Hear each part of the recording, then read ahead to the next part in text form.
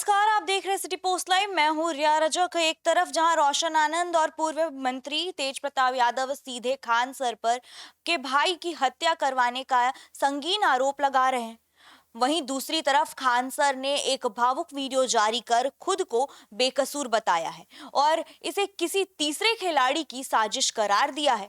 इस high profile मामले में नेता प्रतिपक्ष तेजस्वी यादव की भी एंट्री हो चुकी है, जिन्होंने मुख्यमंत्री सम्राट चौधरी को पत्र लिख करके सीबीआई जांच की मांग की है।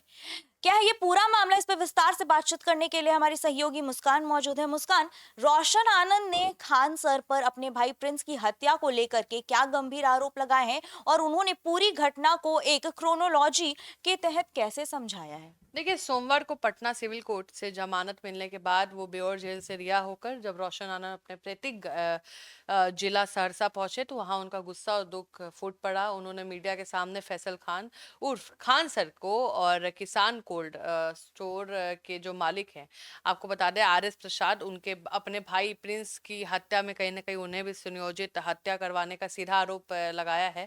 रोशन आनंद ने इस पूरी घटना के पीछे एक गहरी साजिश की क्रोनोलॉजी समझाते हुए कहा है कि जब तक मैं जेल से बाहर था तब तक मेरे भाई को किसी ने हाथ नहीं लगाया, लेकिन जैसे ही साजिश के तहत मुझे जेल भेजा गया, पीछे से मेरे भाई को रास्ते से हटा दिया गया। रोशन आनंद का दावा है कि ये सब ज्ञान बिंदु कोचिंग को पूरी तरह बर्बाद और बंद कराने की एक सोची समझी साजिश का हिस्सा है। उन्होंने कहीं ना कहीं आप समझिए कि कभी बहुत भावुक दिखे थे और वीडियो काफी वायरल हो रहा था। और उनके जीवन का सबसे अनमोल रत्न भाई किसी का भी होता है तो भाई और बहन कहीं ना कहीं सिबलिंग होते हैं, और अब देश भर के शिक्षक और छात्रों को उन्हें इंसाफ दिलाना ही होगा, ऐसे करके उन्होंने कहीं ना कहीं गुहार भी लगाई है। जी मुस्कान, भाई प्रिंस आनंद के अंतिम संस्कार को लेकर के रोशन आनंद ने क्या भावुक बात कही है और उनके परिवार की मौजूदा स्थिति कैसी है? खराबी होगा, किसी के घर से कोई जाता है। देखिए, सहरसा में सोमवार की देर रात प्रिंस आनंद का अंतिम संस्कार किया गया, जहां उन्हें चाचा ने उन्हें कहीं ना कहीं आग दी थी। और आपको बता दें, इस अंतिम शव यात्रा में सैकड़ों की संख्या में स्थानीय ग्रामीण, छात्र, शिक्षक शामिल हुए। उनकी आंखें नम थी और अपने भाई की अंतिम विदाई पर रोशन आनंद ने एक बेहद भावुक और दिल को झकझोर देने वाली बात कही। उन्होंने कहा, मेरा भाई प्रिंस को दिन से ज्यादा रात पसंद थी और वो रात के सन्नाटे को प्यार करता था, इसलिए हमने रात के अंधेरे में ही उसका अंतिम संस्कार किया है। वही इस खौफनाक हादसे ने हंसते खेलते परिवार को पूरी तरह तोड़ कर रख दिया है। प्रिंस के बड़े पापा मनोज यादव ने पटना में मीडिया को बताया है कि जवान बेटे की मौत के सदमे को रोशन आनंद के माता पिता बर्दाश्त नहीं कर पाए। उनकी हालत इतनी बिगड़ गई है कि आईसीयू में भर्ती कराना पड़ा है, और जहां वो जिंदगी की जंग लड़ रहे, सोचिए तो पिता वैसे भी एडमिट है, माँ थोड़ी भावुक थी और माँ भी एडमिट है।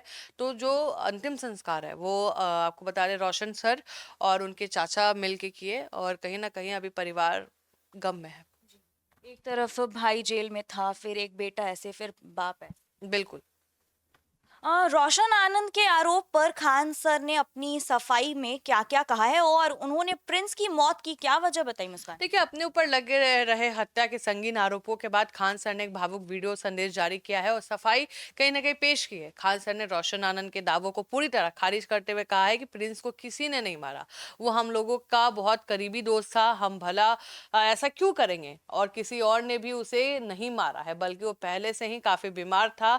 अपनी बात को सच साबित करने के लिए खान सर ने वीडियो में एक न्यूज क्लिप का हवाला दिया, जिसमें प्रिंस के साथ नेपाल गए दोस्त से कहते सुनाई दे रहे हैं कि प्रिंस की पहले से ही दवाइयां चलती थी, उसे पहले ही एक दो बार हार्ट अटैक आ चुका है, और दोस्तों के मुताबिक प्रिंस पिछले 2-3 दिनों से ठीक से सो नहीं पा रहा था। होटल के कमरे में जब वो लंबी लंबी सांसें लेने लगा तो एम्बुलेंस बुलाकर उसे अस्पताल ले गया गया, जहां डॉक्टरों ने उसे मृत घोषित कर दिया। खान सर ने कहा कि दोनों कोचिंग के बीच हुई लड़ाई का फायदा उठाकर किसी तीसरे व्यक्ति ने यह पूरा कहते हैं ना साजिश रची है, और ताकि दोनों को बर्बाद किया जा सके। उन्होंने मांग की है कि इस मामले में जो भी दोषी हो उसे फांसी की सजा मिलनी चाहिए।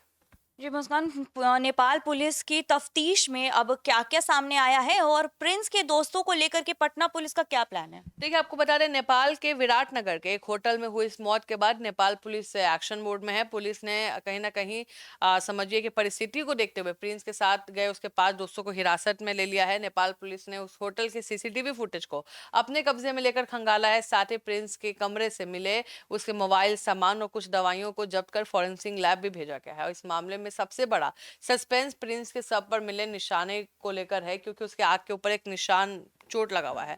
सूत्रों के मुताबिक अगर प्रिंस की मौत बीमारी या दवा खाने के बाद सोने से हुई है तो उसकी आंख के ऊपर चोट के गहरे निशान कैसे आए? इसी चोट के निशान ने पूरी थ्योरी को उलझा दिया है। और इधर पटना पुलिस भी लगातार नेपाल पुलिस के संपर्क में है। कानूनी औपचारिकताएं पूरी करने के बाद पटना पुलिस प्रिंस के इन 5 दोस्तों को हिरासत में लेकर पूछताछ के लिए पटना लाएगी, ताकि मौत के समय कमरे के अंदर असल में क्या हुआ था इसका सच सामने आ सके।